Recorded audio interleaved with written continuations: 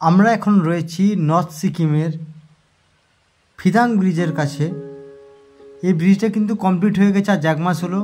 গাড়ি চলাচল প্রায় এতদিনে স্টার্ট হয়েছে, কমপ্লিট হয়ে যাওয়ার পরে কিন্তু গাড়ি চলাচল পারমিশন দেওয়া হয়নি। এখন কিন্তু গাড়ি চলাচলের জন্য কিন্তু এই ব্রিজটা খুলে দেওয়া হয়েছে। ফলে নর্থ সিকিমের সঙ্গে মাঙ্গানের যোগাযোগ কিন্তু অনেকটাই দ্রুত এবং অনেকটাই তাড়াতাড়ি হবে। এই ব্রিজটা এতদিন ধরে ভাঙা ছিল, এই ব্রিজটা কিন্তু এখন কমপ্লিট হয়ে, তোমরা দেখে বুঝতেই পারছো। এই ব্রিজটার জন্য কিন্তু অনেক মানুষের অনেক অসুবিধা হচ্ছিল। এই ব্রিজটা জাস্ট চালু করা হয়েছে। দেখতে পাচ্ছি তিস্তার জল এখন কতটা রয়েছে পরিমাণ, এবং অলরেডি গাড়ি চলাচলের জন্য বুঝতে পারছো গাড়ি চলাচল করছে। আর সিকিমের এরকম ইনফরমেশান ভিডিও পাওয়ার জন্য অবশ্যই এই চ্যানেলটাকে সাবস্ক্রাইব করে রাখতে হবে, পাশে থাকা বেল আইকনটাকে প্রেস করে রাখতে হবে। আর যারা ফেসবুক পেজ থেকে দেখছো তারা পেজটাকে প্লিজ ফলো করে দাও আর লাইক করে দাও।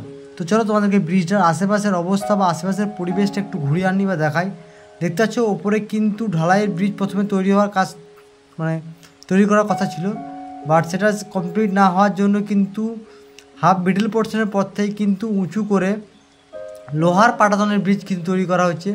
পরবর্তীকালে আরও যদি এই জায়গাটা ক্ষয়ক্ষতি হয় সেক্ষেত্রে তোমার পিছনে আরও একটা বড় পিলার করা হচ্ছে, সেখান থেকেও কিন্তু রোডটাকে কাট করার জন্য চেষ্টা করা হয়েছে। তো দেখে বুঝতে পারছো পাশে কিন্তু অনেকগুলো পিলারের কাজ চলছে, এবং এই পিলারগুলো লোহার উপর বুঝতে পারছো অবস্থা দেখো, পুরো পিলারগুলো কিন্তু খেয়ে যাচ্ছে, মাটিগুলো কিন্তু এখনও খাচ্ছে। যে নতুন পিলারগুলো সেগুলো কিন্তু মাটি খাচ্ছে।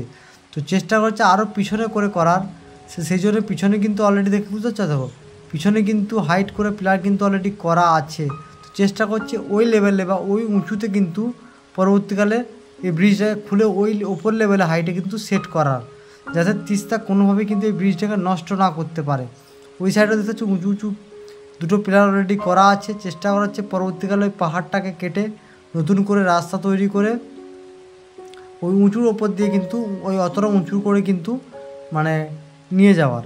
তো এখনও পর্যন্ত যেহেতু এইটাতে কাজ চলে যাচ্ছে তাই, তবে এই পিলারগুলো কিন্তু অস্থায়ীভাবে দেখতে পাচ্ছ এখানটা কিন্তু তৈরি করা হচ্ছে। এই জায়গাটাও ভাঙার একটা চান্স রয়েছে, এই জায়গাটাকে গার্ড করা হচ্ছে। এই জায়গাটা অনেকটা খেয়ে গেছে, ভবিষ্যতে যদি কোনো দিন তিস্তা নদী এই জায়গাটা গার্ড খেয়ে নেয় সেই জন্য ওই উঁচু করে করা হচ্ছে। এই জায়গাটাকেও ঢালাই দিয়ে পাড়টাকে বাঁধানো হচ্ছে যাতে তিস্তা কোনোভাবেই নষ্ট না করতে পারে। দেখে বুঝতে পারছো তোমরা ঢালাই দিয়ে জায়গাটা অলরেডি এই বাড়িটার কতটা পাশ ঘেঁষে তিস্তা পেরিয়ে গেছে দেখতে পাচ্ছ। এই বাড়িঘরগুলোকে অলরেডি সিমেন্ট দিয়ে বুঝতে পারছো দেখো, এই সাইডটা কিন্তু সিমেন্ট দিয়ে একটা গার্ডওয়াল তৈরি করার চেষ্টা চলছে, কারণ তিস্তার জল যখন কমে যাবে বর্ষার পরে, তো সেই সময় কিন্তু এই গার্ডওয়াল দিয়ে পরে কিন্তু এই জায়গাগুলোকে আটকে রাখার একটা চেষ্টা চলছে, যাতে এই ব্রিজের কিন্তু কোনোভাবে ক্ষতি না হয়।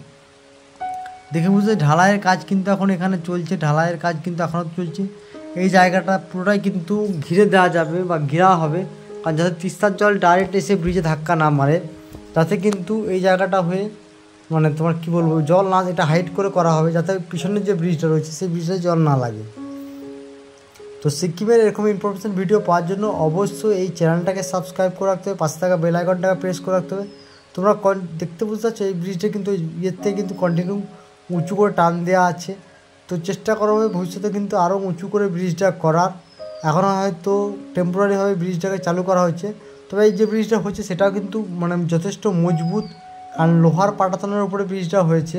তো ব্রিজটা কিন্তু যথেষ্ট মজবুত, কোনো মতে কিন্তু চট করে ভাঙবে না। হ্যাঁ, যেহেতু নদীর খুব কাছে পিলারগুলো, সেহেতু মাটিটা খসে গেলে বা মাটিটা ধসে গেলে একটা প্রবলেম হতে পারে, বিশেষ করে বর্ষাকালে। তবে বর্ষা কিন্তু আস্তে আস্তে শেষ হতে যাচ্ছে। তো চেষ্টা করা হচ্ছে পুজোর মধ্যেই কিন্তু লাচুংকে স্বাভাবিক করা। বিশেষ করে লাচুং তো তোমরা জানো খোলাই ছিল, বাট আবার এই বৃষ্টির ফলে কিন্তু লাচুং বন্ধ হয়ে যায়। তো লাচুং যদি খোলে তাহলে কালাপাথর থেকে আরম্ভ করে 0 পয়েন্ট কিন্তু খুলে যাবে, ফলে পর্যটকদের একটা প্রচুর আসবে। আর দেখতে পাচ্ছ এগুলো কিন্তু পুরো কংক্রিটের সলিড ঢালাই করে কিন্তু করা হচ্ছে, এবং এই ঢালাইটা অনেকটা উঁচু লেভেল পর্যন্ত করা হয় যাতে কোনোভাবেই কিন্তু তিস্তা নদী এসে ধাক্কা মেরে এটা না ভাঙতে পারে। আর দেখতে পাচ্ছি এমনিতেই জলের গতিবেগ কিন্তু যথেষ্ট বেশি, এখানে জলের গতিবেগ কিন্তু খুব একটা কম নেই। চেষ্টা করছে আরও এই জায়গাটা একটু ছোটো করা, এবং এই ঢালাই রয়েছে সেই ঢালটাকে আরও এগিয়ে পুরো ব্রিজটাকে কভার করা, যাতে ব্রিজে কোনোভাবেই কিন্তু জল যাতে এসে না লাগে। তো সিকিমের এরকম ইনফরমেশান পাওয়ার জন্য কিন্তু এই পেজটাকে ফলো করে রাখতে হবে, এবং ইউটিউব চ্যানেলটাকেও সাবস্ক্রাইব করে রাখতে হবে। এই জায়গাটাকেও কিন্তু বর্ষার জল কমে গেলে কিন্তু এই জায়গাটাকেও পাড়টাকে বাঁধানো হবে, কারণ এই জায়গাটায় বাড়িটার অবস্থা খুবই খারাপ। যে কোনো মুহূর্তে কিন্তু এই বাড়িটা এসে ওখানটা যেহেতু জলটা আঘাত করছে, যে কোনো মুহূর্তে কিন্তু মাটিটা নষ্ট হয়ে গেলে কিন্তু বাড়িটা পড়ে যাবে। এখানে নদীটার যেহেতু একটু বাঁক নিচে, সেই বাঁকটার কাছেও কিন্তু অলরেডি মাটি ফিলিংয়ের কাজ চলছে। দেখে বুঝতেই পারছো এই জায়গাটা কিন্তু মাঝখানটা কিন্তু ওই সাইড থেকে নদীটা অনেকটা বাঁ সাইডে চেপে চলে এসছে, তো সেটাই কিন্তু ঠিক করা হবে। কারণ বুঝতে পারছি এখান থেকে নদীটা আবার একটু বাঁক নিয়ে সামনের পিলারটার কাছে কিন্তু যেহেতু জলটা ধাক্কা লাগছে, এই পিলারটায় কিন্তু ঠিকঠাকভাবে গার্ড করার একটা চেষ্টা চলছে, যাতে কোনো রকমভাবে কিন্তু এই জলে কিন্তু নষ্ট না হয়। তো দেখা যাক কতটা কী করা যায়। বর্ষা শেষ হয়ে গেলেই কিন্তু আবার জোর কদমে কাজ চলবে। এখনও তো কিছু দিনকার জন্য কাজ বন্ধ। অলরেডি ব্রিজটা কিন্তু টোটালি 1 মাস আগে কমপ্লিট হয়েছে, বাট সেভাবে কিন্তু গাড়ির জন্য খুলে দেওয়া হয়নি। এখন কিন্তু গাড়ির জন্য পুরো খুলে দেওয়া হচ্ছে। এখন কিন্তু এখান দিয়ে ছোটো গাড়ি থেকে আরম্ভ করে, বাইক থেকে আরম্ভ করে, 4 চাকা থেকে আরম্ভ করে সমস্ত গাড়ি কিন্তু এপার ওপার করতে পারছে। আর পরবর্তীকালে ভাবনা আছে পাহাড়টাকে কেটেও কিন্তু একটা রাস্তা তৈরি করার, কারণ পাহাড়টার কোলে কোলে আগে রাস্তা ছিল, কিন্তু এখন রাস্তাটা অনেকটাই নষ্ট হয়ে গেছে। সেই রাস্তাটাকেও ঠিক করার একটা চেষ্টা আছে। দেখে বুঝতে পারছো ওখানে সাইডে কতগুলো ছোটো ছোটো ঘরও রয়েছে, নদীর কতটা খুব কাছে। নদীর অ্যাকচুয়াল বাঁ সাইড থেকে চেপে কিন্তু এই সাইডে চলে এসেছে, এবং নদীটা দেখো একটা সাইডে জলটা যাচ্ছে, ওই সাইডে যদি জলটা ডিভাইডেড করা যায় তাহলে কিন্তু মানে কী বলবো, এইদিকে এতটা পাড়টা ভাঙবে না। তো সেটাই প্রশাসন তরফ থেকে চেষ্টা করছে, জলটা কমলে ওই সাইডের পাথর বা মাটিগুলোকে কিন্তু নদী থেকে কেটে পরে তুলে নেওয়ার, এই পাড়টাকে বাঁধিয়ে দেওয়ার, যাতে এই পাড়টা অতটা ক্ষতিগ্রস্ত না হতে পারে। কারণ এই পাড়ে যেহেতু ঘর কটা রয়েছে, এই সুন্দর ঘরটার জন্য কিন্তু এই পাড়টাকে বাঁধানোর একটা চেষ্টা চলবে। দেখা যাক, জল কমে গেলে সেই কাজটা কিন্তু খুব তাড়াতাড়ি হবে। আর পুজোর সময় তোমরা নর্থ সিকিমে প্ল্যান করতে পারো, তবে গুরুদম্মাল লেক এখনও পুজোর সময় যে খুলবে সেটা সঠিকভাবে বলা যাচ্ছে না, কারণ গুরুদম্মাল লেকের রাস্তা কিন্তু প্রচণ্ড খারাপ। বিভিন্ন জায়গায় রাস্তা নতুন করে তৈরি হয়েছে, বাট সেসব রাস্তাগুলো কিন্তু বর্ষার আগে আবারও ভেঙে পড়েছে। তো সেই সব রাস্তা সমস্ত ঠিক করে, বা যে ব্রিজগুলো ভেঙেছে সেই ব্রিজগুলো ঠিক করে তৈরি করে গুরুদম্মাল লেক খুলতে আমাদের যতটা অনুমান তাতে জানুয়ারি মাস লেগে যাবে, যদি খুব জলদি কাজ হয়। কারণ এখনও হাতে 2 মাস থেকে 2.5 মাস আছে। এই 2 মাস 2.5 মাস খুব মানে টাফভাবে কাজ হয়, তাহলে হয়তো খুব তাড়াতাড়ি খুলতে পারে। দেখতে পাচ্ছ আগে কিন্তু এই রাস্তাটা দেখতে পাচ্ছ, রাস্তাটা কিন্তু এখনও পর্যন্ত এই জায়গাগুলো কিন্তু যে কোনো মুহূর্তে কিন্তু বসতে পারে।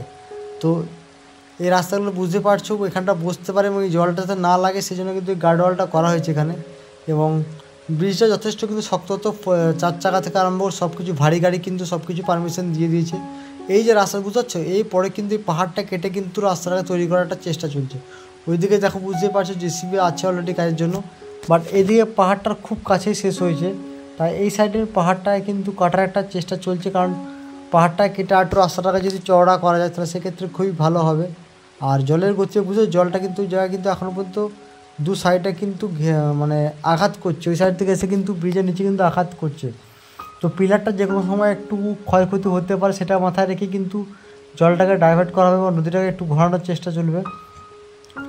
আর এই সাইডটার রাস্তাটা দেখো এখন পর্যন্ত কাদা পিচিং করা হয়নি, তো খুব জলদি রাস্তাটাকে পিচিংও করা হবে, যেহেতু বর্ষাকাল। বর্ষা পেরিয়ে গেলে কিন্তু রাস্তাটাকে নতুন করে আবার পিচ তৈরি করা হবে।